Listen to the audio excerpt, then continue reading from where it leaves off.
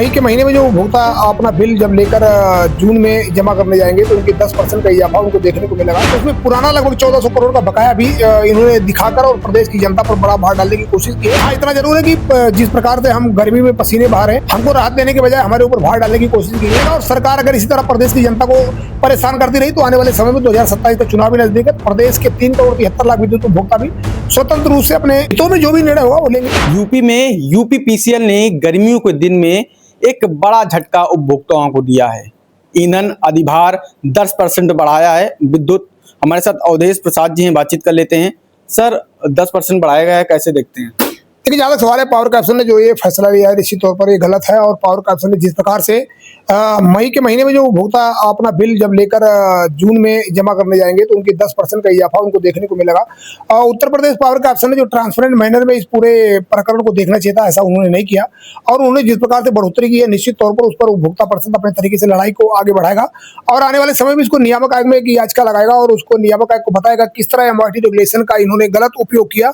और जो फार्मूला इनको दिया गया था उसको एक्चुअल में ईंधन अधिभार शुल्क को वसूलने के लिए दिया गया था। ऐसा नहीं किया गया था कि जो उत्पादन कंपनियां जिससे इन्होंने बिजली खरीदा है उससे जो इन्होंने बिल प्राप्त किया उसमें पुराना लगभग 1400 करोड़ का बकाया भी इन्होंने दिखाकर और प्रदेश की जनता पर बड़ा भार डालने की कोशिश की है।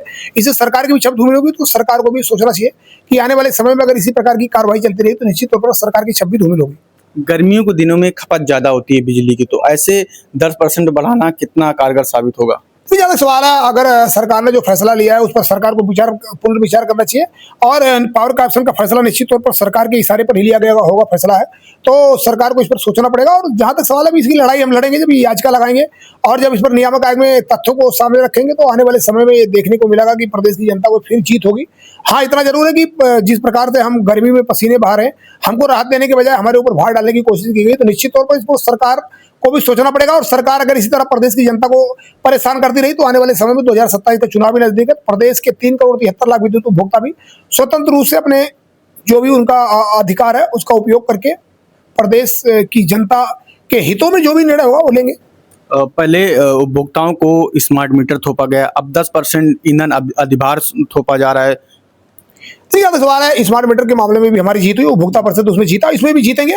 और प्रदेश की जनता को परेशान होने की कोई जरूरत नहीं। ठीक है, सरकार हमारे साथ अन्याय कर रही है तो कर ले, लेकिन संवैधानिक लड़ाई में बड़ी वो होती है, ताकत होती है। और संवैधानिक लड़ाई को आगे बढ़ाते हुए प्रदेश की जनता को जीत दिलाकर और प्रदेश उपभोक्ताओं को राहत दिलाने का पूरा काम करेंगे। सरकार तो कह रही है कि बिजली यूपी से बेहतर किसी राज्य में नहीं है।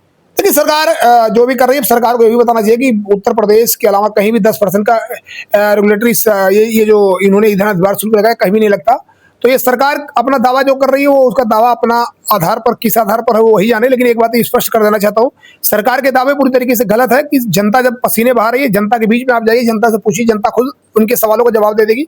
तो सरकार का वादा अलग है और सरकार को ये नहीं सोचना चाहिए कि जनता ने ही आपको यहाँ सत्ता में बैठाया है तो उसके सुख दुख में आपको साथ खड़े होना चाहिए। लेकिन इस प्रकार की गलत बयानबाजी करके और प्रदेश की जनता को अगर कोई गुमराह करेगा तो निश्चित तौर पर सरकार को भी प्रदेश की जनता जब समय आएगा तो जवाब देगी।